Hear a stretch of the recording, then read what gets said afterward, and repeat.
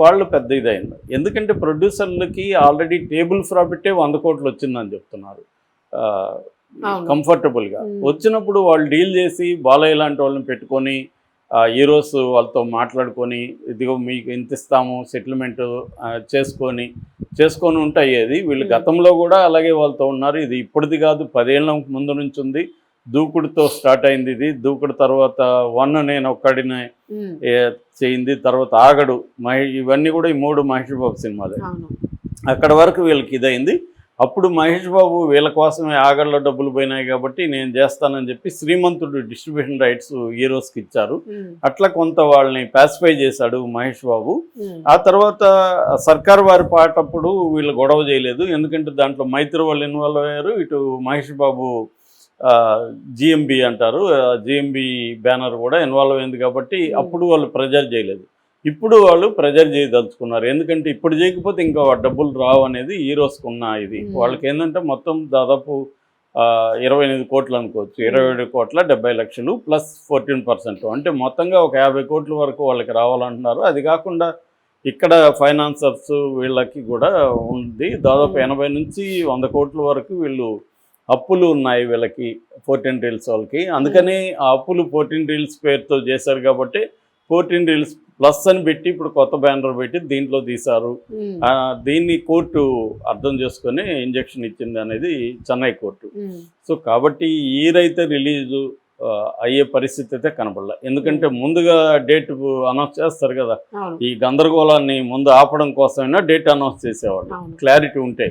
So ఇంకా clarity రాలేదు. మరి దీని పట్ల బాలయ్య సరే ముందు తెలియదు బాలయ్యకి అనుకున్నాం, తెలిసినాక కూడా ఎందుకు ఆయన డీల్ చేయలేకపోతున్నాడు అనేది ఇప్పుడు పెద్ద క్వశ్చన్ మార్క్ ఉంది. అభిమానులేమో మా బాలయ్య చాలా మంచివాడు, గవర్నమెంట్ ఉన్నా కూడా ఆయన ఎప్పుడు అవినీతికి పాల్పడలేదు, తన గవర్నమెంట్ ఉన్నా కూడా ఇప్పుడు కూడా తన సొంత పనులకి ఆయన ఇన్ఫ్లుయెన్స్ ఉపయోగించడు, ఇది చెప్తున్నారు. అవన్నీ బుల్షిట్ స్టోరీస్.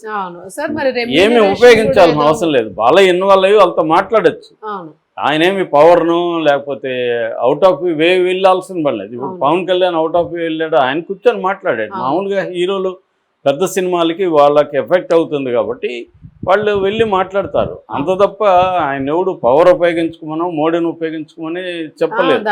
రెండోది అట్లా అనుకుంటే మరి ఆయనకి అదే అంటున్నారు ఇటుపక్క, ఆయన కాల్పులు జరిగినప్పుడు ఆయన ఉపయోగించుకోలేదా పవర్ని, ఆయన అడగలేదు అందరినీ, లేకపోతే ఆయన జైలుకి వెళ్ళేవాడు కదా ఆ టైంలో. కాబట్టి ఇక్కడ అవన్నీ బుల్షిట్లు. ఎవరికి అవసరాలు వచ్చినా మనకైనా మామూలు, ఇప్పుడు నాకు ఏదైనా వస్తే నాకు తెలిసిన వాళ్ళని అడుగుతాగా, మీరు కొంత హెల్ప్ చేయండి సార్, ఒక మాట చెప్పండి అని, లేకపోతే ఒక మాట చెప్పండి మేడం అని అడుగుతాను కదా, అది కామన్ అది.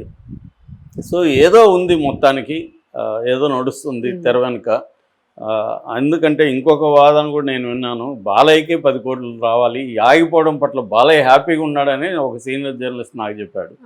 ఎందుకంటే ఆయనకు కూడా 10 కోట్లు రావాలి, అట్లాగే బోయపాటికి కూడా కొన్ని 3 కోట్లు ఎంతో పెండింగ్ ఉంది, సో ప్రొడ్యూసర్లు ఇవ్వలేదు అని. సో బాలయ్యనే దీని పట్ల అంటే నాకే మీరు ఎగ్గొట్టారు కదా, సినిమా ఆగిపోతే మీకు మంచి జరిగింది అన్నట్టుగా, నాకేమైతే ఏం కాదు అన్నట్టుగా బాలయ్య ఉన్నాడనేది కూడా ఒక వెర్షన్ అండి. సో ఇవి అంత బయటికి కనబడేంత ఇదిగా ఏమీ ఉండదు. ఖచ్చితంగా ప్రొడ్యూసర్ల వైపు నుంచి అయితే కొంత గందరగోళం ఉంది. సో మన సురేష్ బాబు కూడా అదే చెప్పాడు, ఇవన్నీ బయటికి రాకూడదు, బయటకు వచ్చాయి, దీని గురించి మాట్లాడొద్దని సురేష్ చెప్పాడు. కానీ మాట్లాడకుండా ఎందుకుంటారు, ఆయన విచిత్రంగా మాట్లాడాడు సురేష్ బాబు. అంటే ప్రేక్షకులు మీకు సినిమా వస్తే చూడండి, లేకపోతే గమ్మునంటే టికెట్లు కొన్నారు, డిస్ట్రిబ్యూటర్లు, ఇదంతా ఉంది కదండి, ఎందుకు మాట్లాడతారు కదా.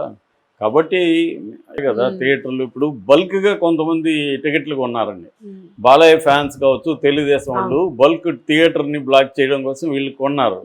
ఇప్పుడు వీళ్ళు ఎవరికో ఫ్రీగా ఇస్తారు కదా, ఇచ్చారు, మరి వీళ్ళకంతా కూడా ఇప్పుడు డబ్బులు పోయినట్టే కదా అనవసరంగా. ఇలాగ చాలా రకాల అంశాలు దీంట్లో ఉంటాయి లోతుకెళ్ళే కొద్దీ. కాబట్టి ఏంటంటే ప్రొడ్యూసర్ కాబట్టి ప్రొడ్యూసర్ పాయింట్ ఆఫ్ నుంచి ఆయన చేశాడు. ఏదేమైనా ప్రొడ్యూసర్ని మనం నిందించలేము, కానీ ఏదేమైనా ఇది చాలామంది దీనివల్ల ఎఫెక్ట్ అయ్యే వాళ్ళు ఉంటారు.